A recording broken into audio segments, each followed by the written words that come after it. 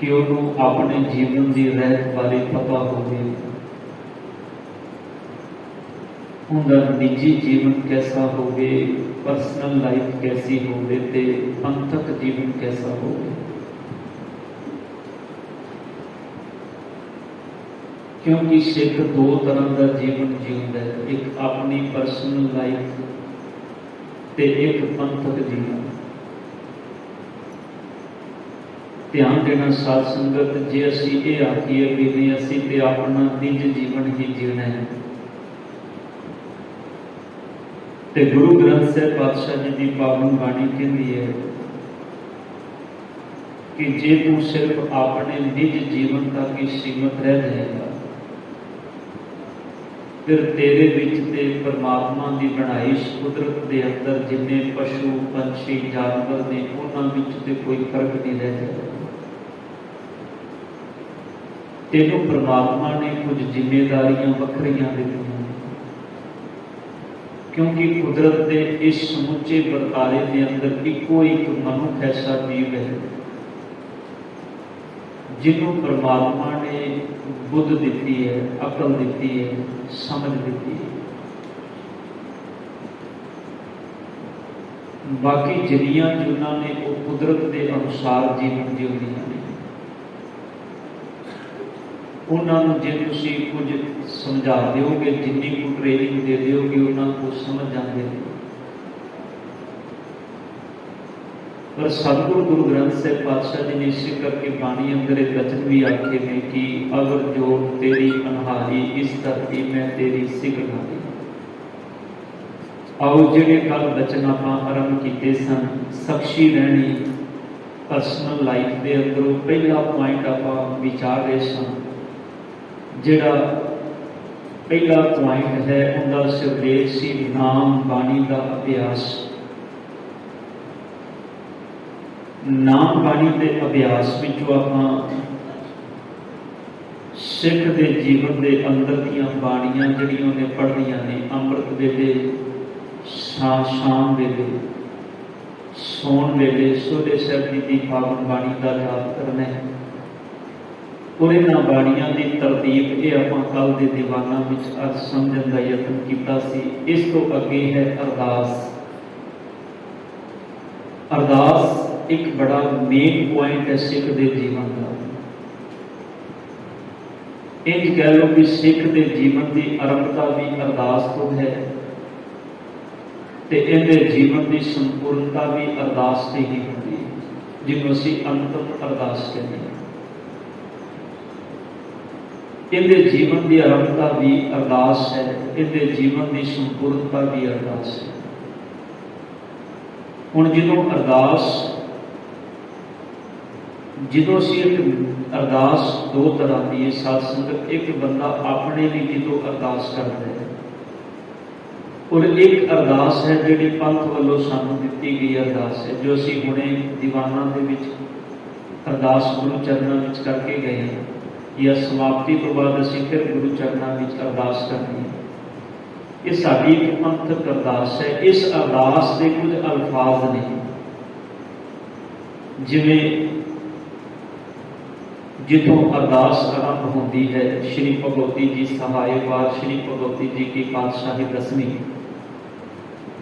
ये धन गुरु कलगीधर पातशाह गुरु गोबिंद सिंह पातशाह जी की पावन रचना चंडी की वार के अंदर जिहड़ा पहला पता है वो है।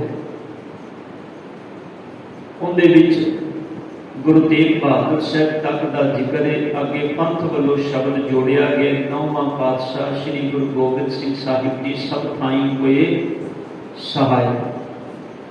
10 पातशाहियों की जोत धन धन साहिब श्री गुरु ग्रंथ साहिब पातशाह जी के पाठ दीदार का ध्यान करके, ध्यान देना पाठ दीदार का ध्यान करके। पाठ दर्शन दीदार नहीं है शब्द। फिर असी आखांगे भी जे असी दर्शन ला भी लिया तो किहड़ा की असी गुनाह कर दिता है। मैं फिर बेनती करते हैं, तुसी निजी अरदास विच कुछ भी बोल सकते हो, तुहाडी पर्सनल अरदास है। पंथक अरदास की जिहड़ी वर्डिंग है, क्योंकि इत्थे पाठ अरदास को बड़ा छोटे शब्दों के विच और उसके भाव बड़े डूंगे। तुसीं एक पंक्ति अरदास की पढ़ोगे ना, है तो 4 ਜਿਹੜੀਆਂ ने पैराग्राफ ही ने, पर एक पैराग्राफ जिहड़ा है उहदे विच जिहड़ी गहराई है बड़ी है। समूचा सिख इतिहास 550 साल का इतिहास इहदे विच समाया होया है।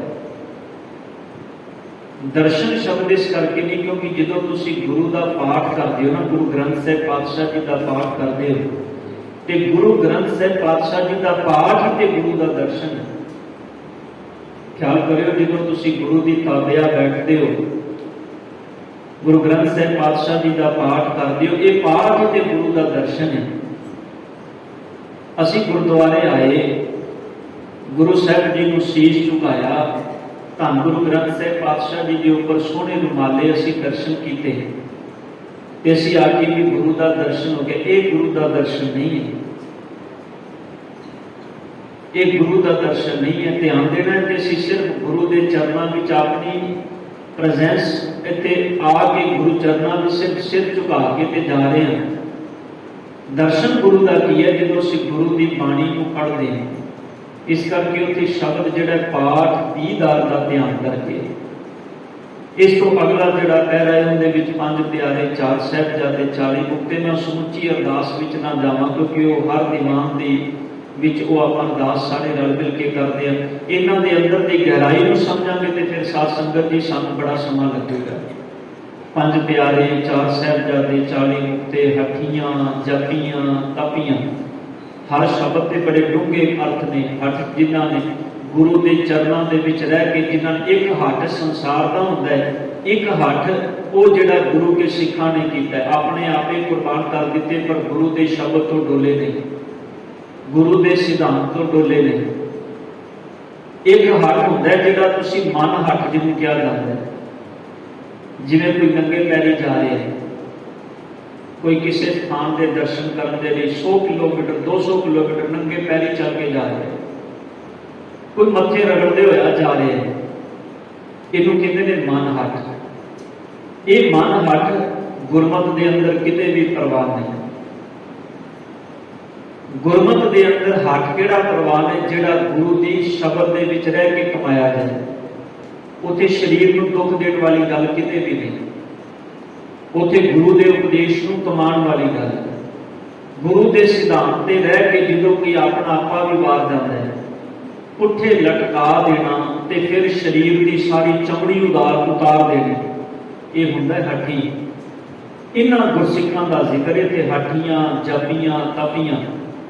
फिर इस तो अगे जिहड़ा है दूजा पैरा, जिन्हां अंदर सिंघां सिंघणियां को याद किया गया, जिन्हां धर्म हेठ सीस दिते ने, बंद कटवाए ने, इहदे विचों सारा इतिहास समोया है।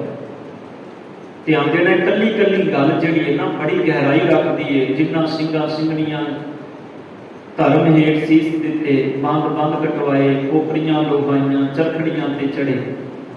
हुण इहदे अंदर जो तुसीं पढ़ोगे भी चरखड़ी ते किहड़ा चढ़िया, तुहानूं इतिहास पढ़ना पेगा, तुहानूं पढ़ना पेगा भाई शबेर सिंह, भाई शाहबाज सिंह मुंडे कौन सन। चरखड़ियां ते चढ़े तो तुहानूं पढ़ना पेगा भाई शबेर सिंह शाहबाज सिंह कौन सन। बंद कटवाए, तुहानूं भाई मनी सिंह पढ़ना पेगा। ये जिन्नी देर इतिहास नहीं पढ़ोगे तुहानूं नहीं पता लगेगा भी ये की पढ़ रहे हैं, ये की पढ़िया जा रहा है। गुरु की शरण विच अरदास विच सिख की पढ़ते हैं। बहुतियां दी बड़ी रहस्य वाली गल होती है, पर यह सारा साडा इतिहास है जिहड़ा साडे वड्डे बजुर्गों ने अपने जीवन में कमाया है। फिर अगला शब्द है कि गुरुद्वारियां की सेवा लई कुर्बानियां कीतियां। हुण किसी एक गुरुद्वारे का जिक्र नहीं है, उनके अंदर पंजा साहिब का भी, ननकाना साहिब जी का भी, उनके अंदर हर एक गुरुद्वारे के अंदर गुरधामां की आज़ादी लई जिहड़ियां सिखां ने कुर्बानियां कीतियां ने, अपने आपे वाले ने, उनके अंदर पहले वाले भी, अज वाले भी ते आने वाले भी सारे समूह जाणगे। वर्डिंग देखो कितनी प्यारी है। ध्यान देना ऐसा नहीं है भी एक खास समय की गल की गई हो भी गुरुद्वारियां की सेवा लई कुर्बानियां कीतियां। हुण गुरुद्वारियां की सेवा लई जिन्हां सिखां ने इस समय के अंदर भी कुर्बानियां दित्तियां ने, दे रहे ने ते आने वाले समय अंदर भी देणगे। इहदे अंदर सारे आ जांदे ने। मतलब जिहड़े जिन्हां पंथ की रहनुमाई कीती है, जिन्ना मर्यादा तैयार की, तुसीं वेखो भी उन्होंने कितनी वड्डी घालन है भी एक एक शब्द को कितने सलीके नाल उन्होंने पढ़ोया है। फिर इहदे अंदर तीजा पैर आ जाता है जिहदे अंदर पंजां तख्तां दा जिक्र है, जिहड़े सिख पंथ के 5 तख्त फिर अगे जाके जिक्र आएगा। सरबत गुरुद्वारियां दा ध्यान करके जिन्ने भी गुरुद्वारे ने सारियां दा ध्यान धरन दी गल है। फिर पातशाह इन्हां विच अरदास दे विच पृथ्वी सरबत खालसा जी की अरदास है जी, उहदे अंदर 3 बार वाहिगुरु वाहिगुरु वाहिगुरु चितिया। सियाने सज्जन ने कहते हैं कि 3 बार शब्द इस करके है कि एक शब्द जेड़ा समा बीत चुका है, जेड़े समय में असीं जी रहे ते जेड़ा समा आने वाला है, सिख नूं हर समय के अंदर परमात्मा चेता रहे। ना इनू कल विसरना चाहिए, ना इनू अज विसरे, ना इनू कल विसरे। इनके जीवन के अंदर हर वेले नूं परमात्मा चेते रहे, हर कर्म करदे रब चेते रहे। उनके अंदर फिर सारे जेड़े 5 तख्त 4 साहिबजादे, इस तो बाद फिर जहां जहां खालसा जी साहिब तां रचिया रहा है, जिथे जिथे खालसा जी साहिब है उथे उथे रचिया है, उथे उथे दीन दे दुनिया के अंदर जिथे जिथे खालसा है ध्यान नाल वसन वाले हर गुरसिख को मान होंदा है। उन्होंने इस गल ये रिलाइज होती है गल भी कल कोई भीड़ा भी आ गई तो साडे नाल रहन वाला गुरसिख ये नहीं सानू छड्ड के भज जाएगा, ये साडे लिए लड़ेगा। इन्ना मान दिता है तुहानू खालसा पंथ जी, खालसा जी इन्ना गुरु कलगीधर पातशाह जी ने तुहानू इन्ना उच्चा रुतबा दिता है भी तुहाडे जिन्हां ने सारी जिंदगी तुहानू माड़ा भी आखिया, जो किते ऐसे समय की गल आई उन्होंने भी आखिया भी नहीं साडे घर के नेड़े गुरसिख का परिवार रहता है, कोई गुरसिख रहता है, इस करके सानू माड़े समय के अंदर भी कोई लोड़ पवे तो ये अपना आपा वार के भी सानू बचाएगा। ये मान दिता है जहां जहां खालसा जी साहिब तां रचिया रियायत देख तेग फतेह बिरद की पैज पंथ की जीत, श्री साहिब जी सहाय खालसा जी के बोल वाले। इस तो बाद फिर अगला बचन है जिंदर सिखां नूं सिक्खी दान, ध्यान देना सिक्खी दान। हुण केस जिहड़े ने परमात्मा ने जो सानू पैदा किया है, ये रबी पैदाइश है ना। केसां नूं कतल करने वाले को बाणी के अंदर आखिए बेईमान, कल भी आप बचन साझे किए सन। पर पातशाह जी कहते हैं जिहड़े गुरु के चरणों में जाण वाले सिख ने, सिख का मतलब है सीखण वाला भावें कोई भी हो। पातशाह जी कहते हैं उन्होंने गुरसिखां नूं सिक्खी दान, ये मेरे सतगुरु जी दात दे उन्होंने सिक्खी दी। ते सिक्खी के अंदर की देना है? केस दान। सिक्खी केसां तो बिना नहीं है। ध्यान देना साध संगत, केसां तो बिना तुसीं सिक्खी नूं कभी भी बयान कर ही नहीं सकते। जे तुसीं आखो भी किसी सिख की गल करनी है तो केसां तो बिना किसी सिख की गल कर दीए तो मेरे सतगुरु गुरु ग्रंथ साहिब पातशाह जी ने जिथे उस मनुख को आखिया भी साबित सूरत रब की भन्ने बेईमान, उथे इतिहास के पन्ने ये बार बार चीख चीख के बयान करते हैं, जिन्होंने इस पावन पहरे के विच अंकित किया गया कि सिखां नूं सिक्खी दान, केस दान ते फिर रहत दान। सिर्फ बाहर की भेंट ना बन के रह जाए, सिक्खी उन्हें को रहत भी हो। ऐसा ना हो भी उन्हें सिक्खी ते धारण कर ली, केस से रख ले पर रहत है ही कोई नहीं। ये अज साडे जीवन दे विच ये पॉइंट बड़ा समझण वाला है। साडे कोल सिक्खी की रहत दान ते है, असीं अपने बच्चों को भी अगों सिख बना दिता है। पर ध्यान देना जिहड़ी रहत की गल है, हुण रहत की है? रहत है गुरु का दिता होया ज्ञान। वो तो गुरु ग्रंथ साहिब जी को पढ़िया तो बिना नहीं आएगा। रहत तुसीं किसी को जबरदस्ती नहीं सिखा सकते। जिवें किसी को जबरदस्ती आखना तो उसके अंदर प्यार थोड़ा पैदा होगा। जबरदस्ती तुसीं किसी को सिख बना सकते हो, पर जबरदस्ती उन्होंने रहतमान नहीं बना सकते। रहतमान बनने के लिए तुहानूं गुरु की सिक्ख्या पढ़नी पएगी। गुरु की सिक्ख्या तो बिना तुसीं रहतमान नहीं बन सकते, कोई भी नहीं बन सकता। इस करके तो शब्द जिहड़ा रहत सिर्फ बाहर की सिक्खी ना होवे, उहदे कोल अंदर की रहत भी होवे। फिर मंगिया कि ये विवेक दान, इहदे कोल विवेक होवे, इहदे कोल चंगे मंदे की परख करने की सोझी होवे। ऐसा ना हो जी मां फड़ के कोई इनू जेड़े मर्जी पासे लै जाए।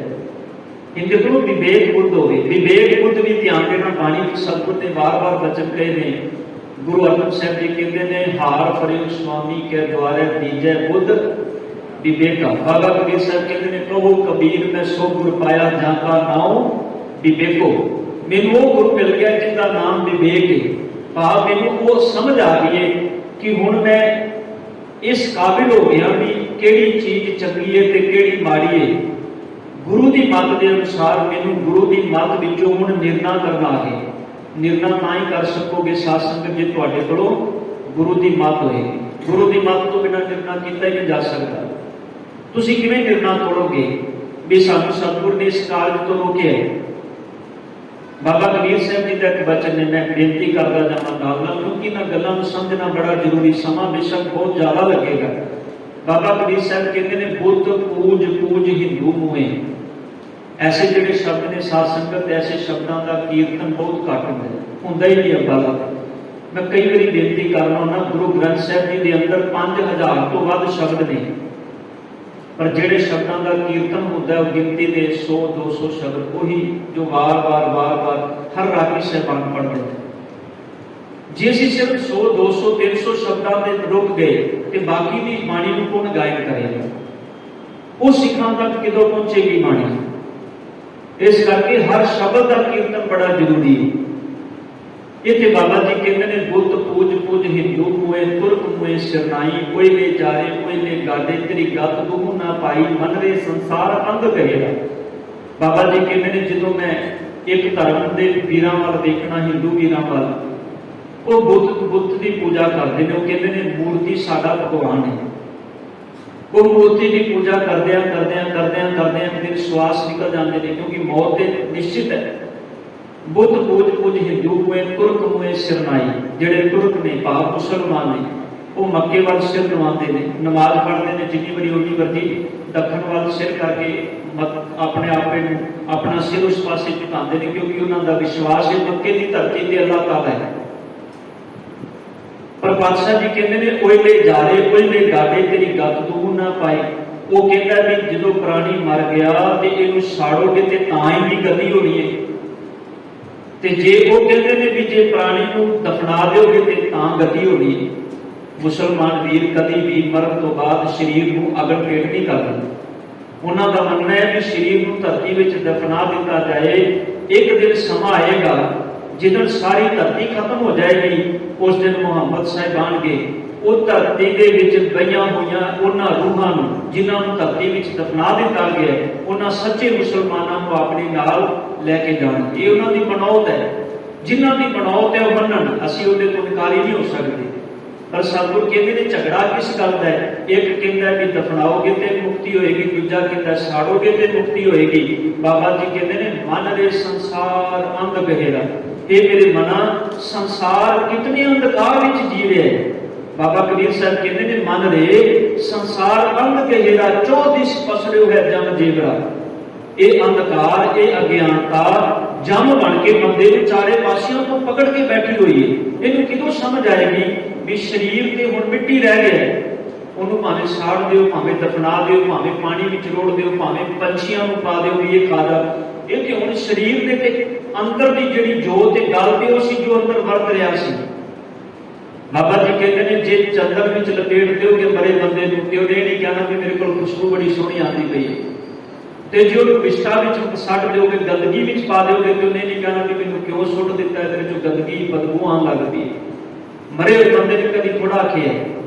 हुण सतगुर कहते हैं गल तो समझदी है। इत्थे सतगुर तां ही कह रहे हैं विवेक दान, समझ वाली अकल बुद्ध जिहदे नाल परख करन दी समझ आ जाए।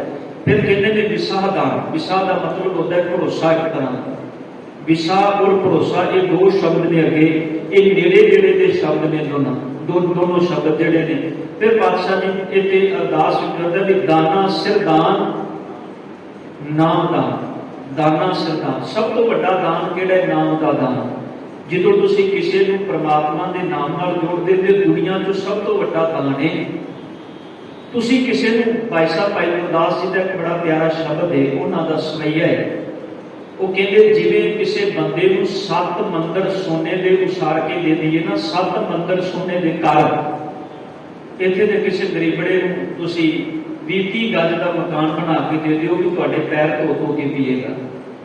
ਤੇ ਬਾਬਾ ਭਾਈ ਸਾਹਿਬ ਭਾਈ ਗੁਰਦਾਸ ਕਹਿੰਦੇ ਨੇ, ਜੈਸੇ ਸਾਤ ਮੰਦਰ ਕੰਚਨ ਕੇ ਉਸਾਰ ਦੀਨੇ, ਜਿਵੇਂ 7 ਮੰਦਰ ਕੋਈ ਸੋਨੇ ਦੇ ਘਰ ਬਣਾ ਕੇ ਕਿਸੇ ਨੂੰ ਦਾਨ ਦੇ ਦੇ, ਤੈਸਾ ਪੁੰਨ ਇੱਕ ਸਿੱਖ ਕੋ ਸ਼ਬਦ ਸਿਖਾਏਗਾ। ਕਿਸੇ ਨੂੰ ਤੁਸੀਂ ਇੱਕ ਸ਼ਬਦ ਨਾਲ ਜੋੜ ਦਿੰਦੇ ਹੋ ਤੇ ਇੰਨਾ ਵੱਡਾ ਪੁੰਨ ਹੈ। ਭਾਈ ਸਾਹਿਬ ਭਾਈ ਗੁਰਦਾਸ ਕਹਿੰਦੇ ਨੇ, ਮਤਲਬ ਇਸ ਕਰਕੇ ਕਿ ਦਾਨਾ ਸਿਰਦਾਨ ਨਾਮ ਦਾਨ, ਵੀ ਸਭ ਤੋਂ ਵੱਡਾ ਦਾਨ ਹੈ ਪ੍ਰਮਾਤਮਾ ਦੀ ਸਿੱਖਿਆ ਨਾਲ ਜੋੜ ਦੇਣਾ, ਰੱਬ ਜੀ ਦੇ ਦਿੱਤੇ ਗਿਆਨ ਦੇ ਨਾਲ ਜੋੜ ਦੇਣਾ। ਕਿਉਂਕਿ ਜਿਹਨੂੰ ਗਿਆਨ ਆ ਗਿਆ ਉਹਨੂੰ ਰੋਸ਼ਨੀ ਹੋ ਗਈ, ਉਹਨੂੰ ਸਮਝ ਆ ਗਈ, ਉਹਨੂੰ ਜੀਵਨ ਜੀਣਾ ਆ ਗਿਆ, ਔਰ ਜਿਹਨੂੰ ਜੀਵਨ ਜੀਣਾ ਆ ਗਿਆ ਉਹਦੇ ਭਰਮ ਸਾਰੇ ਖਤਮ ਹੋ ਗਏ। ਪਾਤਸ਼ਾਹ ਜੀ ਇਸੇ ਕਰਕੇ ਫਿਰ ਅਗਲਾ ਸ਼ਬਦ ਹੈ, ਸਿੱਖਾਂ ਦਾ ਮਨ ਨੀਵਾਂ ਮੱਤ ਉੱਚੀ ਮੱਤ ਦਾ ਰੱਖਾ ਆਪ ਵਾਹਿਗੁਰੂ। ਵੀ ਸਿੱਖਾਂ ਦਾ ਜਿਹੜਾ ਮਨ ਹੈ ਉਹ ਸਦਾ ਹੀ ਨੀਵਾਂ ਰਹੇ, ਮੱਤ ਉੱਚੀ ਰਹੇ, ਕਿਉਂਕਿ ਮਨ ਮੁਖ ਨਹੀਂ ਬਣਨਾ ਸੀ। ਅਸੀਂ ਗੁਰੂ ਦੇ ਸਨਮੁਖ ਰਹਿ ਕੇ ਗੁਰਮੁਖ ਬਣਨਾ, ਤੇ ਗੁਰਮੁਖ ਤਾਂ ਬਣਾਂਗੇ ਜੇ ਮਨ ਨੀਵਾਂ ਰਹੇਗਾ। ਮਨ ਦੀ ਮਨੋਤ ਨਹੀਂ ਮੰਨਾਂਗੇ, ਗੁਰੂ ਦੇ ਗਿਆਨ ਨੂੰ ਆਪਣੀ ਮੱਤ ਵਿੱਚ ਰੱਖ ਕੇ ਮੰਨਾਂਗੇ। ਇਸ ਕਰਕੇ ਮਨ ਨੀਵਾਂ ਮੱਤ ਉੱਚੀ ਰੱਖਣ ਦੀ ਗੱਲ ਹੈ। ਫਿਰ ਇਹ ਅਗਲਾ ਸ਼ਬਦ ਜਿਹੜਾ ਜਿਹਦੇ ਤੇ ਫੋਕਸ ਕਰਨ ਦੀ ਜ਼ਰੂਰਤ ਹੈ, ਵੀ ਨਿਮਾਣਿਆਂ ਦੇ ਮਾਨ ਨਿਤਾਣਿਆਂ ਦੇ ਤਾਂ ਨਿਉਟਿਆਂ ਦੀ ਓਟ, ਨਿਆਸਰਿਆਂ ਦੇ ਆਸਰੇ। ਇਸ ਤੋਂ ਬਾਅਦ ਫਿਰ ਜਿਹੜੀ ਅਰਦਾਸ ਹੈ ਜਿਸ ਉਪਲਕਸ਼ ਵਿੱਚ ਬੋਲਣਾ ਹੈ ਉਹ ਤੁਸੀਂ ਵਰਡਿੰਗ ਆਪਣੇ ਹਿਸਾਬ ਨਾਲ ਬੋਲ ਸਕਦੇ ਹੋ। ਜਿਸ ਵੀ ਪ੍ਰਥਾ ਅਰਦਾਸ ਹੋ ਰਹੀ ਹੈ ਇਹ ਇੱਥੋਂ ਤੱਕ ਕੋਈ ਚੇਂਜ ਨਹੀਂ ਹੈ, ਪਰ ਤੁਸੀਂ ਵੇਖੋ ਵੀ ਪੰਥ ਦੇ ਵਿੱਚ ਕਿੰਨੇ ਵੱਖਰੇਵੇਂ ਨੇ, ਕਿੰਨੀਆਂ ਅਰਦਾਸਾਂ ਵੱਖੋ ਵੱਖਰੀਆਂ। ਇਹਨਾਂ ਮਤਲਬ ਹੈ ਮਰਿਆਦਾ ਦੀ ਘਾਟ ਹੈ ਸਾਡੇ ਅੰਦਰ। ਇੰਨੇ ਸਾਲ ਹੋ ਗਏ ਨੇ ਸਿੱਖ ਰਹਿਤ ਮਰਿਆਦਾ ਨੂੰ ਲਾਗੂ ਹੋਇਆ। ਅੱਜ ਤੁਸੀਂ ਕਿਸੇ ਗੁਰਦੁਆਰੇ ਦੇ ਅੰਦਰ ਚਲੇ ਜਾਓ, ਇੱਕ ਗੁਰਦੁਆਰੇ ਦੇ ਅੰਦਰ ਦੂਜੇ ਗੁਰਦੁਆਰੇ ਦੇ ਅੰਦਰ ਹੋਣ ਵਾਲੀ ਅਰਦਾਸ, ਇਹ ਜਿਹੜੀ ਪੰਥਕ ਅਰਦਾਸ ਹੈ ਮੇਲ ਨਹੀਂ ਖਾਂਦੀ। ਸਿੱਖ ਕਨਫਿਊਜ਼ ਹੁੰਦਾ। ਹਾਲਾਂਕਿ ਜਿਹੜੀਆਂ ਸੰਪਰਦਾਵਾਂ ਨੇ ਉਹਨਾਂ ਦੀ ਅਰਦਾਸ ਤੇ ਤੁਸੀਂ ਭੁੱਲ ਹੀ ਜਾਓ, ਉਹਨਾਂ ਦੀਆਂ ਤੇ ਅਰਦਾਸਾਂ ਵੀ ਆਪਣੀਆਂ ਬਣਾਈਆਂ ਹੋਈਆਂ ਨੇ।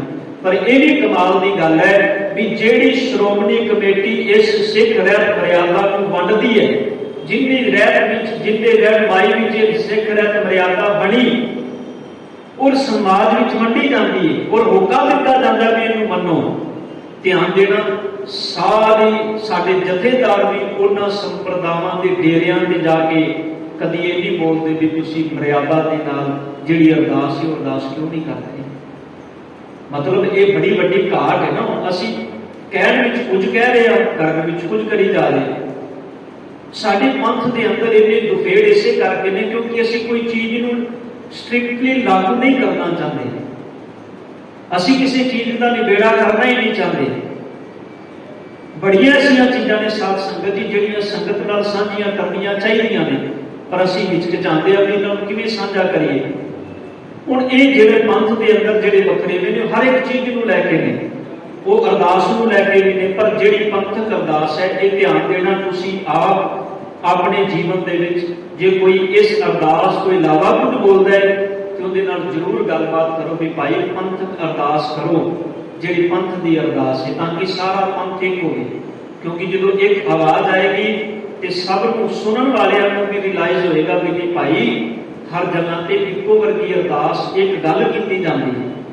ਇਸ ਤੋਂ ਅੱਗੇ ਫਿਰ ਜਿਹੜੀ ਗੱਲ ਹੈ ਕਿ ਇਸ ਤੋਂ ਉਪਰੰਤ ਅਰਦਾਸ ਵਿੱਚ ਸ਼ਾਮਲ ਹੋਣ ਵਾਲੀ ਸਾਰੀ ਸੰਗਤ ਸ੍ਰੀ ਗੁਰੂ ਗ੍ਰੰਥ ਸਾਹਿਬ ਜੀ ਦੇ ਅੱਗੇ ਅਦਬ ਨਾਲ ਮੱਥਾ ਟੇਕੇ ਅਤੇ ਫਿਰ ਖੜੇ ਹੋ ਕੇ ਵਾਹਿਗੁਰੂ ਜੀ ਕਾ ਖਾਲਸਾ ਵਾਹਿਗੁਰੂ ਜੀ ਕੀ ਫਤਿਹ ਬੁਲਾਵੇ ਉਪਰੰਤ ਸਤਿ ਸ੍ਰੀ ਅਕਾਲ ਦਾ ਜੈਕਾਰਾ ਬੁਲਾਇਆ ਜਾਏ। ਅਰਦਾਸ ਹੋਣ ਸਮੇਂ ਸੰਗਤ 'ਚ ਹਾਜ਼ਰ ਸਾਰੇ ਇਸਤਰੀ ਪੁਰਸ਼ਾਂ ਨੂੰ ਹੱਥ ਜੋੜ ਕੇ ਖੜੇ ਹੋਣਾ ਚਾਹੀਦਾ ਹੈ। ਆ ਤੁਸੀਂ ਗੁਰਦੁਆਰੇ ਦੀ ਹਦੂਦ ਵਿੱਚ ਬੈਠੇ ਹੋ, ਗੁਰਦੁਆਰੇ ਦੀ ਹਦੂਦ ਵਿੱਚ ਕੋਈ ਵੀ ਇਨਸਾਨ ਬੈਠਾ ਹੋਇਆ ਹੈ, ਅਰਦਾਸ ਦੇ ਵਕਤ ਉਹਨੂੰ ਖੜੇ ਹੋ ਕੇ ਹੱਥ ਜੋੜ ਕੇ ਖੜੇ ਹੋਣਾ ਚਾਹੀਦਾ ਹੈ। ਕੋਈ ਵੀ ਬੈਠਾ ਹੈ, ਅਸੀਂ ਕੋਈ ਵੀ ਕੰਮ ਕਰ ਰਹੇ ਹਾਂ ਗੁਰਦੁਆਰੇ ਦੇ ਅੰਦਰ, ਸਾਡਾ ਕੰਮ ਜ਼ਰੂਰੀ ਨਹੀਂ ਹੈ ਅਰਦਾਸ। ਆਪਾਂ ਕਦੀ ਪੁਰਾਣੇ ਬਜ਼ੁਰਗਾਂ ਨੂੰ ਤੁਸੀਂ ਵੇਖ ਨੋਟਿਸ ਕੀਤਾ ਹੋਣਾ ਹੈ, ਮੈਂ ਬੜੀ ਪੁਰਾਣੇ ਬਜ਼ੁਰਗਾਂ ਨੂੰ ਖਾਸ ਕਰਕੇ ਪਿੰਡਾਂ ਦੇ ਅੰਦਰ ਆਪਣੇ ਵੱਡਿਆਂ ਨੂੰ ਕਈ ਵਾਰੀ ਰਿਲਾਈਜ਼ ਕੀਤਾ ਹੈ, ਉਹ ਦਰਬਾਰ ਸਾਹਿਬ ਦੇ ਕੋਲ ਕੀਰਤਨ ਸੁਣਦੇ ਹੋਣਗੇ ਨਾ, ਸਵੇਰੇ ਉਹਨਾਂ ਨੇ ਲਾਇਆ ਹੋਏਗਾ ਤੇ ਉੱਥੇ ਅਰਦਾਸ ਹੋਏਗੀ ਨਾ, ਉਹ ਘਰ ਦੇ ਅੰਦਰ ਬੈਠੇ ਵੀ ਹੱਥ ਜੋੜ ਕੇ ਖੜੇ ਹੋ ਜਾਣਗੇ। ਹਾਲਾਂਕਿ ਸਕਰੀਨ ਤੇ ਚੱਲ ਰਿਹਾ ਹੈ ਪਰ ਉਸ ਵੇਲੇ ਵੀ ਹੱਥ ਉਹਨਾਂ ਦੀ ਭਾਵਨਾ ਹੈ। ਅਸੀਂ ਤੇ ਗੁਰਦੁਆਰੇ ਦੀ ਹਦੂਦ ਵਿੱਚ ਬੈਠੇ ਹਾਂ, ਇੱਥੇ ਹੱਥ ਜੋੜ ਕੇ ਹਰ ਇੱਕ ਸਿੱਖ ਨੂੰ ਖੜਾ ਹੋ ਜਾਣਾ ਚਾਹੀਦਾ ਹੈ। ਪਰ ਜਿਹੜਾ ਸਿੱਖ ਨਹੀਂ ਖੜਾ ਹੋ ਸਕਦਾ, ਮੰਨ ਲਓ ਕਿਸੇ ਨੂੰ ਕੋਈ ਪ੍ਰੋਬਲਮ ਹੈ, नहीं खड़ा हो सकता तो उनके लिए खड़ा होना जरूरी नहीं है। वो हाथ जोड़ के बड़ी निम्रता के नाल बैठिया भी अरदास में शामिल हो सकता है। पर जे सारी संगत खड़ी होनी चाहिए, इस गल के उत्ते इत्थे वचन कहे गए ने भी जिन्नी संगत है वो सारी संगत हाथ जोड़ के खड़ी होनी चाहिए। जो सज्जन श्री गुरु ग्रंथ साहिब जी की ताबिया बैठा होवे वो भी उठ के चौर करे। जो गुरु ग्रंथ साहिब जी की ताबिया बैठा है वो भी बैठा ना रहे, वो भी खड़ा हो जाए अरदास वेले ते गुरु ग्रंथ साहिब जी के ऊपर खड़ा होकर चौर साहिब करे। फिर इस तो अगे है अरदास करने वाला श्री गुरु ग्रंथ साहिब जी के सम्मुख खड़ो के हाथ जोड़ के अरदास करे। खड़ा होके हाथ जोड़ के अरदास करे। जे श्री गुरु ग्रंथ साहिब जी मौजूद ना हो, मान लो असीं ऐसी जगह ते जिथे गुरु ग्रंथ साहिब जी का स्वरूप नहीं है, तो किसी पासे मुंह करके अरदास करो, परवान है। तुसीं किसी पासे भी खड़े होकर अरदास कर सकते हो। पर साडे अंदर एक बड़ी ऐसी परंपरा बन गई, किते भी जाइए ना तो असीं फोटोआं लाइया होंदियां ने, तस्वीरां असीं तस्वीरां अगे रख लेंदे हां, पाठ करते हैं, उन्होंने तस्वीरों के अगे मत्थे टेकते हैं, पढ़ बाणी रहे हैं, शब्द गुरु नाल जुड़े हुए हैं, सुखमनी साहिब जी की बाणी पढ़ी जा रही है, पर मत्था फोटो के अगे टेकिया जा रहा है। फिर जो जान का सबब बनता है कि भाई साहब की फोटो इधर पई, इधर खड़े होकर अरदास करो, चलो 10 मिनट समझाना पैंदा जी गुरु ग्रंथ साहिब जी का सिद्धांत मूर्त का सिद्धांत नहीं है। इत्थे ते भाई साहब भाई गुरदास कहते हैं गुरु मूर्त गुर शब्द है, गुरु की मूर्त गुरु का शब्द है। देखो गुरु हयाती के अंदर धन गुरु नानक साहब जी को लैके गुरु गोबिंद सिंह पातशाह जी तक गुरु साहबाना की कोई मूर्त नहीं बनाई गई। किसी गुरु ने चीज प्रवानगी नहीं दी भी किसी गुरु की तस्वीर बने। हाँ, गुरु तेग बहादुर साहब जी के जीवन अंदर एक उल्लेख जरूर मिलता है, वो भी एक सिख ने बड़ी वड्डी बेनती की थी, एक वखरा विषय कभी सबब बनया तो आप साथी जरूर साझा करांगे।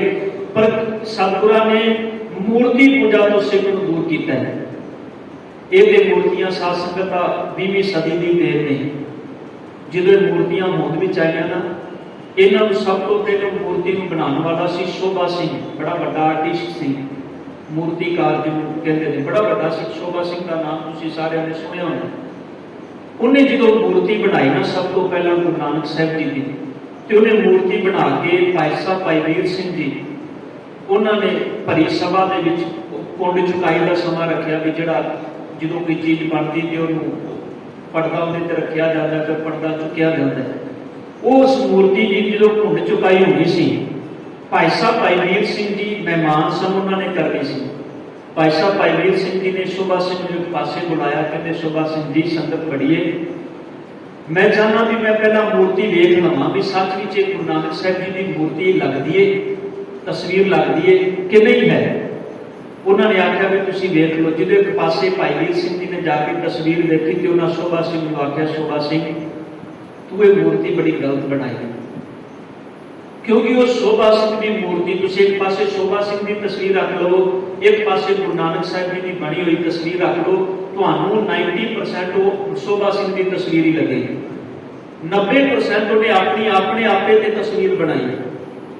और असी घड़ा तड़ उन्होंने तस्वीरों घर फोटोआं फ्रेमां ला ला के अपने घर लटकाइया ने, गुरु नानक की तस्वीर है, गुरु अंगद की तस्वीर। मैं कहना तस्वीर ठीक है, जे असीं कहते हैं कि सानू पता हो गुरु साहब का स्वरूप किहो, तुसीं तस्वीर सिर्फ आइडेंटिटी रख सकते हो, पर तस्वीर को सिर झुकाना एक गुरमत नहीं है, ये मनमत है। तस्वीर को कुछ सीख सकते हो, पर तस्वीर तस्वीर को टंग के आखो भी ये गुरु है साडा, ये गुरमत प्रवान नहीं करती, क्योंकि गुरु का सिद्धांत गुरु शब्द ही गुरु की मूर्त है।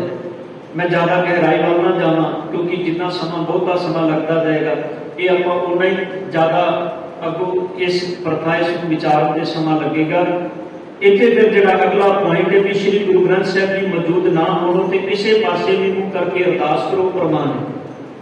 उत्थे कोई भरम नहीं करना भी मुंह लहंदे को करना है कि चढ़दे को करना है, किस पासे करना है, उत्थे किसी पासे भी मुंह करके अरदास की जा सकती है।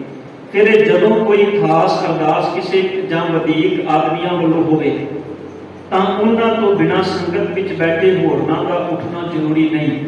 जदों कोई खास अरदास मान लो दीवान चल रहे हैं तो कोई परिवार आया कहता जी साडी अरदास कर दिओ, उन्हां दी अरदास करन लग्गियां ਜਦੋਂ ਗੁਰੂ ਚਰਨਾਂ ਵਿੱਚ ਅਰਦਾਸ ਹੋਏਗੀ, ਆਪਾਂ ਤੇ ਚਲੋ ਵੱਖਰੇ ਕੈਬਿਨ ਬਣੇ ਨੇ, ਕੈਬਿਨ ਵਿੱਚ ਅਰਦਾਸ ਕਰਦੇ ਨੇ।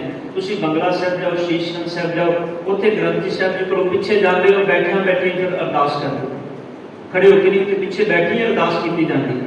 ਜਿੰਨੇ ਸਿੱਖ ਸ਼ਰਧਾਲੂ ਜਾਂਦੇ ਨੇ ਉੱਥੇ ਪਿੱਛੇ ਬੈਠੇ ਹੀ ਉੱਥੇ ਅਰਦਾਸ, ਕਿਉਂਕਿ ਉਹਨਾਂ ਦੀ ਭਾਵਨਾ ਵੀ ਸੀ ਇੱਥੇ ਹੀ ਅਰਦਾਸ ਕਰਾਣੀ ਹੈ ਮੇਨ ਜਗ੍ਹਾ ਤੇ, ਉਹ ਉੱਥੇ ਬੈਠੇ ਅਰਦਾਸ ਕੀਤੀ ਜਾਂਦੀ। ਪਰ ਉੱਥੇ ਸ਼ਬਦ ਹੈ ਕਿ ਤਾਂ ਉਹਨਾਂ ਤੋਂ ਬਿਨਾਂ ਸੰਗਤ ਵਿੱਚ ਬੈਠੇ ਹੋਰਨਾਂ ਦਾ ਉੱਠਣਾ ਜ਼ਰੂਰੀ ਨਹੀਂ ਹੈ। ਐਸਾ ਨਹੀਂ ਹੈ ਵੀ ਹੋਰ ਸੰਗਤ ਨੂੰ ਵੀ ਉੱਠਣਾ ਜ਼ਰੂਰੀ ਹੈ, ਨਹੀਂ। ਜਿਨ੍ਹਾਂ ਦੀ ਅਰਦਾਸ ਹੋ ਰਹੀ ਹੈ ਸਿਰਫ ਉਹੀ ਸੰਗਤ ਦੇ ਵਿੱਚ ਖੜੇ ਹੋਣ। ਜਿਵੇਂ ਆਪਾਂ ਜਦੋਂ ਆਨੰਦ ਕਾਰਜ ਹੁੰਦਾ ਹੈ, ਆਨੰਦ ਕਾਰਜ ਵੇਲੇ ਜਿਹੜੀ ਪਹਿਲੀ ਅਰਦਾਸ ਹੁੰਦੀ ਉਹਦੇ ਵਿੱਚ ਸ਼ਬਦ ਬਕਾਇਦਾ ਆਖਿਆ ਜਾਂਦਾ ਵੀ ਬੱਚਾ ਬੱਚੀ ਤੇ ਉਹਨਾਂ ਦੇ ਮਾਤਾ ਪਿਤਾ ਜੀ ਖੜੇ ਹੋ ਜਾਣ, ਗੁਰੂ ਚਰਨਾਂ ਵਿੱਚ ਸੰਖੇਪ ਅਰਦਾਸ ਹੋਈ ਵੀ ਉਹ ਅਰਦਾਸ ਗੁਰੂ ਚਰਨਾਂ ਦੇ ਵਿੱਚ ਉਸ ਪਰਿਵਾਰ ਵੱਲੋਂ ਹੈ। ਬਾਅਦ ਵਾਲੀ ਅਰਦਾਸ ਸੰਗਤੀ ਅਰਦਾਸ ਹੈ, ਉੱਥੇ ਫਿਰ ਸਾਰਿਆਂ ਦਾ ਖੜਾ ਹੋਣਾ ਜ਼ਰੂਰੀ ਹੈ। ਇਸੇ ਤਰ੍ਹਾਂ ਇੱਥੇ ਸ਼ਬਦ ਹੈ ਕਿ ਜਿਹੜੀ ਜਿਨ੍ਹਾਂ ਦੀ ਅਰਦਾਸ ਹੋਵੇ ਉਹਨਾਂ ਤੋਂ ਇਲਾਵਾ ਹੋਰਨਾਂ ਦਾ ਉੱਠਣਾ ਜ਼ਰੂਰੀ ਨਹੀਂ। ਸਾਧ ਸੰਗਤ ਵਿੱਚ ਜੁੜ ਕੇ ਗੁਰਬਾਣੀ ਦਾ ਅਭਿਆਸ ਵੱਧ ਤੋਂ ਵੱਧ ਕਰਨਾ ਚਾਹੀਦਾ। ਫਿਰ ਇਸ ਤੋਂ ਅੱਗੇ ਹੈ ਗੁਰਦੁਆਰੇ ਦਾ ਜਿਹੜਾ ਅਗਲਾ ਚੈਪਟਰ ਸ਼ੁਰੂ ਹੁੰਦਾ ਉਹ ਗੁਰਦੁਆਰਾ, ਵੀ ਗੁਰਦੁਆਰੇ ਦੇ ਅੰਦਰ ਸਾਡੀ ਕੀ ਰਿਸਪੌਂਸਿਬਿਲਿਟੀ, ਕੀ ਜ਼ਿੰਮੇਵਾਰੀਆਂ ਨੇ, ਅਸੀਂ ਕੀ ਕੁਝ ਕਰਨਾ ਹੈ। ਗੁਰਬਾਣੀ ਦਾ ਅਸਰ ਸਾਧ ਸੰਗਤ 'ਚ ਬੈਠਿਆਂ ਵਧੇਰੇ ਹੁੰਦਾ, ਇਸ ਲਈ ਸਿੱਖ ਲਈ ਉਚਿਤ ਹੈ ਕਿ ਸਿੱਖ ਸੰਗਤਾਂ ਦੇ ਜੋੜ ਮੇਲ ਤੇ ਅਸਥਾਨਾਂ ਗੁਰਦੁਆਰਿਆਂ ਦੇ ਦਰਸ਼ਨ ਕਰੇ ਤੇ ਸਾਧ ਸੰਗਤ ਵਿੱਚ ਬੈਠ ਕੇ ਗੁਰਬਾਣੀ ਤੋਂ ਲਾਭ ਉਠਾਏ। ਧਿਆਨ ਦੇਣਾ, ਸਾਧ ਸੰਗਤ ਵਰਡਿੰਗ ਕੀ ਹੈ। ਗੁਰਬਾਣੀ ਦਾ ਅਸਰ ਸਾਧ ਸੰਗਤ 'ਚ ਬੈਠ ਕੇ ਵਧੇਰੇ ਹੁੰਦਾ ਹੈ। ਪਾਤਸ਼ਾਹ ਜੀ ਨੇ ਬਾਣੀ ਦੇ ਅੰਦਰ ਸੰਗਤ ਦੀ ਬੜੀ ਵਡਿਆਈ, ਇੱਥੋਂ ਤੱਕ ਸਤਿਗੁਰ ਨੇ ਕਿਹਾ ਵਿੱਚ ਸੰਗਤ ਹਰ ਪ੍ਰਭ ਵਸੈ ਜੀਉ, ਵੀ ਸੰਗਤ ਤੋਂ ਬਿਨਾਂ ਪਾਤਸ਼ਾਹ ਕਹਿੰਦੇ ਨੇ ਗੁਰਬਾਣੀ ਸਤਿਗੁਰ ਦੇ ਸਿਧਾਂਤ ਦਾ ਜਿਹੜਾ ਸਭ ਤੋਂ ਜ਼ਿਆਦਾ ਅਸਰ ਹੈ ਉਹ ਸੰਗਤ ਵਿੱਚ ਬੈਠ ਕੇ ਹੁੰਦਾ ਹੈ। ਸੰਗਤ ਦੇ ਵਿੱਚ ਬੈਠ ਕੇ ਅਸਰ ਵਧੇਰੇ ਹੁੰਦਾ ਹੈ। ਇਸ ਕਰਕੇ ਸ਼ਬਦ ਹੈ ਵੀ ਸੰਗਤਾਂ ਦੇ ਜੋੜ ਮੇਲ ਤੇ ਅਸਥਾਨਾਂ ਗੁਰਦੁਆਰਿਆਂ ਦੇ ਦਰਸ਼ਨ ਕਰੇ ਤੇ ਸਾਧ ਸੰਗਤ ਵਿੱਚ ਬੈਠ ਕੇ ਗੁਰਬਾਣੀ ਤੋਂ ਲਾਭ ਉਠਾਏ। ਐਸਾ ਨਹੀਂ ਹੈ ਕਿ ਬੰਗਲਾ ਸਾਹਿਬ ਦਾ ਦਰਸ਼ਨ ਕਰਨ ਗਿਆ ਤੇ ਮੈਂ ਸਿਰਫ ਗੁਰਦੁਆਰੇ ਮੱਥਾ ਟੇਕ ਕੇ ਤੇ ਸਰੋਵਰ ਦੀ ਪਰਿਕਰਮਾ ਕਰਕੇ ਤੇ ਇਸ਼ਨਾਨ ਕਰਕੇ ਘਰ ਵਾਪਸ ਆ ਗਿਆ, ਨਹੀਂ। ਉੱਥੇ ਵੀ ਜਾ ਕੇ ਕੋਈ 10 ਮਿੰਟ 15 ਮਿੰਟ ਜਿੰਨਾ ਸਮਾਂ ਬੈਠ ਕੇ ਗੁਰਬਾਣੀ ਨੂੰ ਜ਼ਰੂਰ ਸੁਣੇ, ਕਿਉਂਕਿ ਸੰਗਤ ਦਾ ਅਸਰ ਗੁਰੂ ਕੀ ਸੰਗਤ ਦੇ ਵਿੱਚ ਬੈਠ ਕੇ ਹੀ ਬਾਣੀ ਦਾ ਅਸਰ ਹੋਣਾ ਹੈ। ਸਤਿਗੁਰੂ ਪਾਤਸ਼ਾਹ ਕਹਿੰਦੇ ਨੇ ਉਂਝ ਤੇ ਸੰਸਾਰ ਦੇ ਲੋਕ ਬੜੇ ਨੇ, ਪਹਿਲੋਂ ਵੀ ਤੀਰਥਾਂ ਤੇ ਘੁੰਮਣ ਜਾਂਦੇ ਸਨ, ਅੱਜ ਗੁਰਦੁਆਰਿਆਂ ਦੇ ਵਿੱਚ ਬੰਦੇ ਜਾਂਦੇ ਨੇ ਸਿਰਫ ਸੈਲਫੀਆਂ ਲੈ ਕੇ ਫੋਟੋਆਂ ਖਿੱਚ ਕੇ ਵੀ ਆਪਾਂ ਫੇਸਬੁੱਕ ਤੇ ਪਾੜੀਏ, ਇਹ ਕਿੰਨੇ ਲਾਈਕ ਮਿਲਣਗੇ, ਕੀ ਕੁਝ ਹੋਏ। ਇਹ ਸਾਰਾ ਇੱਕ ਪ੍ਰੋਸੈਸ ਅੱਜ ਸਾਡੇ ਮਾਈਂਡ ਦਾ ਬਣ ਗਿਆ। ਪਰ ਸੰਗਤ ਵਿੱਚ ਬੈਠ ਕੇ ਅਸਰ ਵਧੇਰੇ ਹੁੰਦਾ। ਇਸ ਕਰਕੇ ਕੋਈ ਵੀ ਜੋੜ ਮੇਲ ਹੋਵੇ ਜਾਂ ਗੁਰਦੁਆਰਿਆਂ ਵਿੱਚ ਅਸੀਂ ਜਾਈਏ ਤੇ ਸਾਨੂੰ ਵੱਧ ਤੋਂ ਵੱਧ ਸਮਾਂ ਸੰਗਤ ਵਿੱਚ ਬੈਠ ਕੇ ਗੁਰਬਾਣੀ ਤੋਂ ਲਾਭ ਲੈਣਾ ਚਾਹੀਦਾ ਹੈ। ਫਿਰ ਹੈ ਗੁਰਦੁਆਰੇ ਵਿੱਚ ਸ੍ਰੀ ਗੁਰੂ ਗ੍ਰੰਥ ਸਾਹਿਬ ਜੀ ਦਾ ਪ੍ਰਕਾਸ਼ ਨਿਤਾਂ ਪ੍ਰਤੀ ਹੋਵੇ। ਗੁਰਦੁਆਰੇ ਦੇ ਅੰਦਰ ਗੁਰੂ ਗ੍ਰੰਥ ਸਾਹਿਬ ਜੀ ਦਾ ਪ੍ਰਕਾਸ਼ ਨਿਤਾਂ ਪ੍ਰਤੀ ਹੋਵੇ, ਬਿਨਾਂ ਖਾਸ ਕਾਰਨ ਦੇ।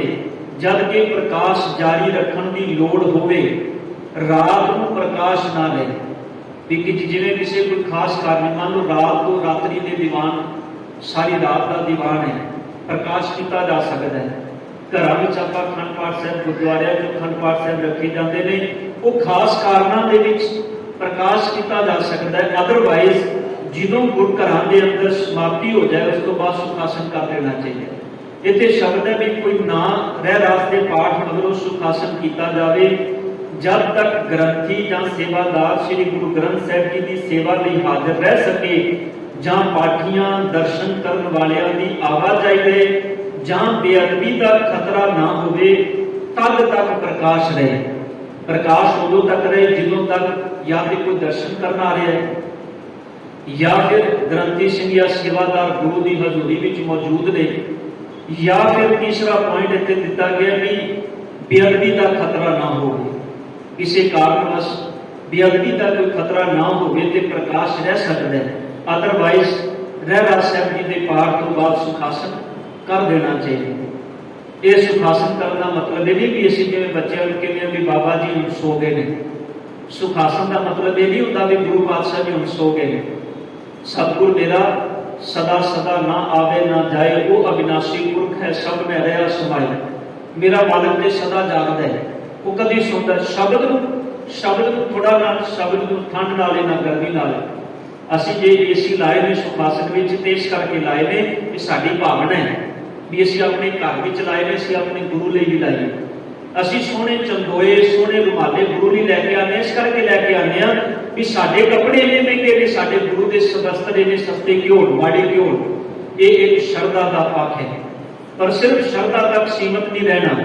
ਇਸ ਗੱਲ ਤੇ ਕਦੀ ਲੜਾਈ ਨਹੀਂ ਕਰਨੀ ਵੀ ਏਸੀ ਬੰਦ ਕਿਉਂ ਕਰ ਦਿੱਤਾ, ਜਦਕਿ ਸੁਣਦੇ ਸ਼੍ਰੋਮਣੀ ਕਮੇਟੀ ਵੱਲੋਂ ਅਕਾਲ ਤਖਤ ਤੋਂ ਵੀ ਹੁਕਮ ਹੈ ਵੀ ਜਿਸ ਵੇਲੇ ਰਾਤ ਨੂੰ ਗੁਰਦੁਆਰਾ ਸਾਹਿਬ ਦਰਵਾਜ਼ੇ ਬੰਦ ਹੁੰਦੇ ਨੇ, ਉਸ ਵਕਤ ਗੁਰਦੁਆਰਾ ਸਾਹਿਬ ਜੀ ਦੇ ਅੰਦਰ ਜਿੰਨੀ ਲਾਈਟਿੰਗ ਹੈ, ਭਾਵੇਂ ਏਸੀ ਹੈ ਪੱਖੇ ਨੇ, ਸਭ ਬੰਦ ਕਰ ਦੇਣੇ ਚਾਹੀਦੇ ਨੇ।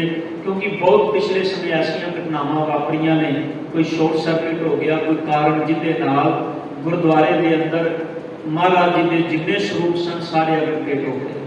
ਐਸੀਆਂ ਬੜੀਆਂ ਘਟਨਾਵਾਂ। ਇਸ ਕਰਕੇ ਇਹ ਮਰਿਆਦਾ ਦੇ ਅੰਦਰ ਬਕਾਇਦਾ ਨੋਟਿਸ ਨੂੰ ਦਿੱਤਾ ਗਿਆ ਵੀ ਗੁਰਦੁਆਰਿਆਂ ਦੇ ਅੰਦਰ ਰਾਤ ਨੂੰ ਰਾਤਰੀ ਤੋਂ ਬਾਅਦ ਜਦੋਂ ਸੁਖਾਸਨ ਹੋ ਜਾਏ, ਕੋਈ ਨਾਮ ਘੜੋਵੇ, ਉਸ ਵੇਲੇ ਇਹ ਲਾਈਟਿੰਗ ਪੱਖੇ ਸਭ ਕੁਝ ਬੰਦ ਕਰਕੇ ਜਾਣਾ ਚਾਹੀਦਾ ਹੈ। ਇਹ ਨਹੀਂ ਭਰਮ ਰੱਖਣਾ ਵੀ ਅਸੀਂ ਕਮਰੇ 'ਚ ਏਸੀ ਵਿੱਚ ਸੁੱਤੇ ਹਾਂ ਤੇ ਗੁਰੂ ਮਹਾਰਾਜ ਇੱਥੇ ਬਿਨਾਂ ਪੱਖੇ ਤੋਂ, ਇਹ ਭਰਮ, ਕਿਉਂਕਿ ਸ਼ਬਦ ਗੁਰੂ ਹੈ। ਧਿਆਨ ਦੇਣਾ, ਸ਼ਬਦ ਨੂੰ ਨਾ ਗਰਮੀ ਨਾ ਸਰਦੀ ਨਾ ਮੌਤ, ਜਿੰਨਾ ਮਰਜ਼ੀ ਕੋਈ ਅਸੀਂ ਬਾਹਰ ਮੁਖੀ ਕਹੀਏ, ਪਰ ਸ਼ਬਦ ਜਿਹੜਾ ਹੈ ਉਹ ਜੁਗੋ ਜੁਗ ਅਟਲ ਹੈ।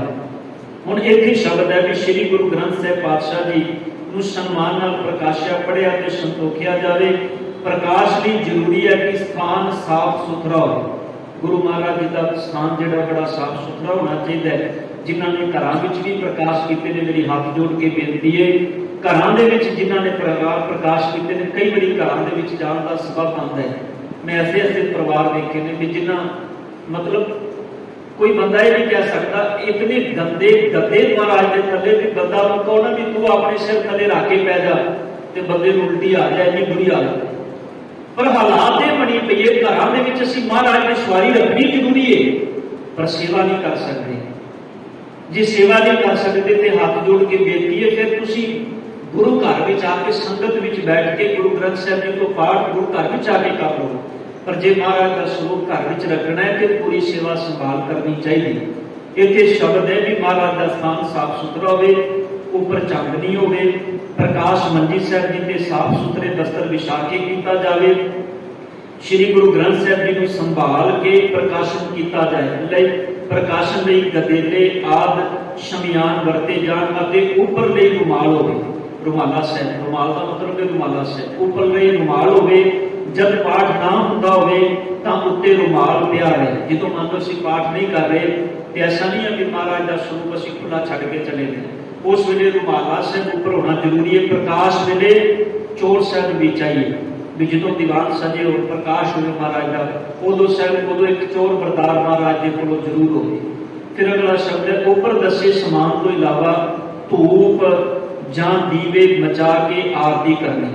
ਇਹ ਬੜੇ ਗੁਰਦੁਆਰਿਆਂ ਵਿੱਚ ਸ਼ੁਰੂ ਹੋ ਗਿਆ ਸਾਧ ਸੰਗਤ, ਇਹਨੂੰ ਸਮਝਣ ਦੀ ਜ਼ਰੂਰਤ ਹੈ। ਇਹ ਪਰੰਪਰਾਵਾਂ ਜਿੱਥੋਂ ਚੱਲੀਆਂ ਨੇ ਸਾਨੂੰ ਸਾਰਾ ਪਤਾ ਵੀ ਸਾਡਾ ਇੱਕ ਤਖਤ ਐਸਾ ਵੀ ਤਖਤ ਹੈ ਜਿੱਥੇ ਸਭ ਕੀਤਾ ਜਾਂਦਾ, ਉੱਥੇ ਦੀਵੇ ਵੀ ਬਾਲੇ ਜਾਂਦੇ ਨੇ, ਧੂਪ ਵੀ ਜਗਾਈ ਜਾਂਦੀ ਹੈ, ਉੱਥੇ ਆਰਤੀ ਵੀ ਕੀਤੀ ਜਾਂਦੀ, ਬਕਾਇਦਾ ਧੂਪ ਦੀਪ ਬਾਲ ਕੇ ਜਿਵੇਂ ਮੰਦਰਾਂ ਦੇ ਵਿੱਚ ਹੁੰਦੀ ਹੈ। ਲੇਕਿਨ ਇਹ ਸਾਨੂੰ ਸਮਝਣਾ ਚਾਹੀਦਾ ਵੀ ਇੱਥੇ ਮਰਿਆਦਾ ਦੇ ਅੰਦਰ ਇਹ ਉੱਪਰ ਦੱਸੇ ਸਮਾਨ ਤੋਂ ਇਲਾਵਾ ਧੂਪ ਜਾਂ ਦੀਵੇ ਮਚਾ ਕੇ ਆਰਤੀ ਕਰਨੀ, ਭੋਗ ਲਾਉਣਾ। ਇਸ ਇਹ ਕਹਿੰਦੇ ਵੀ ਗੁਰੂ ਮਹਾਰਾਜ ਜੀ ਨੂੰ ਭੋਗ ਲਾਓ। ਭੋਗ ਲਾਉਣਾ, ਜੋਤਾਂ ਜਗਾਉਣੀਆਂ, ਟਲ ਖੜਕਾਣੇ ਆਦਿ ਕਰਮ ਗੁਰਮਤਿ ਅਨੁਸਾਰ ਨਹੀਂ। ਇਹ ਸਾਰੀਆਂ ਚੀਜ਼ਾਂ ਬੜੀ ਬਰੀਫਲੀ ਸਮਝਣ ਵਾਲੀਆਂ ਨੇ ਵੀ ਟਲ ਖੜਕਾਣੇ, ਕਿਉਂਕਿ ਗੁਰੂ ਘਰ ਦੇ ਅੰਦਰ ਇਹ ਜਿਹੜੀਆਂ ਅਸੀਂ ਹੁਣ ਰਵਾਇਤ ਬਣ ਗਈ ਸਾਡੀ ਵੀ ਜੋਟੀਆਂ ਵਿੱਚ ਸ਼ਬਦ ਪੜ੍ਹਨਾ ਤੇ ਟੱਲੀਆਂ ਖੜਕਾਣੀਆਂ, ਲੇਕਿਨ ਇਹ ਜੋਟੀਆਂ ਵਿੱਚ ਸ਼ਬਦ ਪੜ੍ਹਨ ਲੱਗਿਆ ਇਹਨਾਂ ਚੀਜ਼ਾਂ ਨੂੰ ਕਦੇ ਵੀ ਪੁਰਾਣੇ ਸਮੇਂ ਵਿੱਚ ਨਹੀਂ ਸੀ ਟਲ ਖੜਕਾ ਕੇ ਨਹੀਂ ਸੀ ਕਰਨਾ। ਨਗਾਰਾ ਗੁਰੂ ਘਰ ਵਿੱਚ ਜ਼ਰੂਰ ਵੱਜਦਾ ਸੀ, ਨਗਾਰਾ ਜ਼ਰੂਰ ਵੱਜਦਾ ਗੁਰੂ ਘਰ ਦੇ ਅੰਦਰ, ਪਰ ਇਹ ਸਾਰੀਆਂ ਚੀਜ਼ਾਂ ਵੀ ਜਿੱਥੇ ਜੋਤਾਂ ਜਗਾਉਣੀਆਂ, ਟਲ ਖੜਕਾਉਣੇ ਆਦਿ ਕਰਮ ਗੁਰਮਤਿ ਅਨੁਸਾਰ ਨਹੀਂ। ਹਾਂ, ਸਥਾਨ ਨੂੰ ਸੁਗੰਧਿਤ ਕਰਨ ਲਈ ਫੁੱਲ ਧੂਪ ਆਦਿ ਸੁਗੰਧੀਆਂ ਵਰਤਣੀਆਂ ਵੀ ਵਰਜਿਤ ਨਹੀਂ। ਵੀ ਸੁਗੰਧੀ ਲਈ ਅਸੀਂ ਧੂਪ ਲਾ ਸਕਦੇ ਹਾਂ, ਪਰ ਐਸਾ ਨਹੀਂ ਵੀ ਘਰ ਵਿੱਚ ਅਖੰਡ ਪਾਠ ਰੱਖਿਆ ਹੈ। ਭਾਈ ਸਾਹਿਬ ਕਹਿ ਰਹੇ ਨੇ ਜਿਹੜੇ ਪਾਠ ਕਰ ਰਹੇ ਨੇ ਵੀ ਧੂਪ ਬੜੀ ਬਲਦੀ ਪਈ ਹੈ, ਗਲੇ ਨੂੰ ਚੜ੍ਹਦੀ ਪਈ ਹੈ, पर सच है भी एक बंदा स्पैशल इस वास्ते घर में आता है, वो पाठ सुने ना सुने, उन्हें वेख्या जिवें 2-4 लगियां बंद हुई, उन्हें 2-4 उठा देने भी शायद भुखा ना बालियां तो पाठ ही नहीं होना। पाठ सुनने वाल ध्यान घट होता है, धूपा बालन वाल ते दीवे जगाने वाल ज्यादा होता। उत्थे फिर बकायदा दीवा जोत जगाणगे तो रखणगे भी ये तो बिना शायद अखंड पाठ हो ही नहीं सकता। ये सब मनमत है। स्पैशल मर्यादा के अंदर शब्द लिखे गए ने भी सुगंधी लई असी इन्हां नूं बाल सकने आ, पर यह आखिए भी ये तो बिना पाठ ही नहीं होना, ये मर्यादा विच नहीं, ये मर्यादा विच नहीं हैगियां चीज़ां। फिर नाल बचने कमरे अंदर रोशनी लई तेल घी जां मोमबत्ती बिजली लैंप आदि जगा लैनी चाहिए भी अंदर प्रकाश लई दीवा जगाना या घ्यो के दीवे बाल लैने पुराने समय या अजकल साडे कोल लाइटिंग है, ये रोशनी होनी जरूरी है। अंधकार नहीं होना चाहिए, जिथे महाराज जी का स्वरूप होवे, जिथे गुरु ग्रंथ साहिब पातशाह जी का प्रकाश होवे, उत्थे हनेरा नहीं होना चाहिए, उत्थे दीवा जगदा होना चाहिए, ताकि जिहड़ा भी आए वो बैठ के गुरु साहब जी को पाठ कर सके, हुक्म लै सके, बाणी पढ़ सके। इस करके इस टोटली जिहड़ी विचार है साध संगत अगले दीवाना विच ये सारियां बड़ी बरीकली चीज़ां समझण वालियां ने, क्योंकि साडे घरां दे विच अक्सर ये चीज़ां सब होंदियां ने। उस वेले असीं समझा भी नहीं सकते किसी को, क्योंकि जे किसी को आखो वो कहते हैं तुहानूं मर्यादा का पता ही नहीं। सच है कि मर्यादा असीं सबना ने आपो अपनी बना लईए। असीं कहते हैं जिहो जी असीं चाहते हैं उहो जी मर्यादा लागू होवे, उहो जिहियां संस्थावां की मर्यादा बन गई, उहो जिहियां गुरुद्वारियां दी मर्यादा बन गई, पर नहीं, सरबत संगत लई सरबत खालसे पंथ की इक्को ही मर्यादा है, वो मर्यादा सिख रहत मर्यादा है। सो अगले जिहड़े पॉइंट ने साध संगत जी अगले दीवाना में आपां साझे करांगे। गुरु किरपा कर जो बचन आपां मर्यादा दे विचों साझे कीते ने, सतगुरु जी इन्हां नूं समझण दी दात अपने चरनां विचों बख्श दे, होईयां गलतियां बख्श लैणियां जी। वाहिगुरू।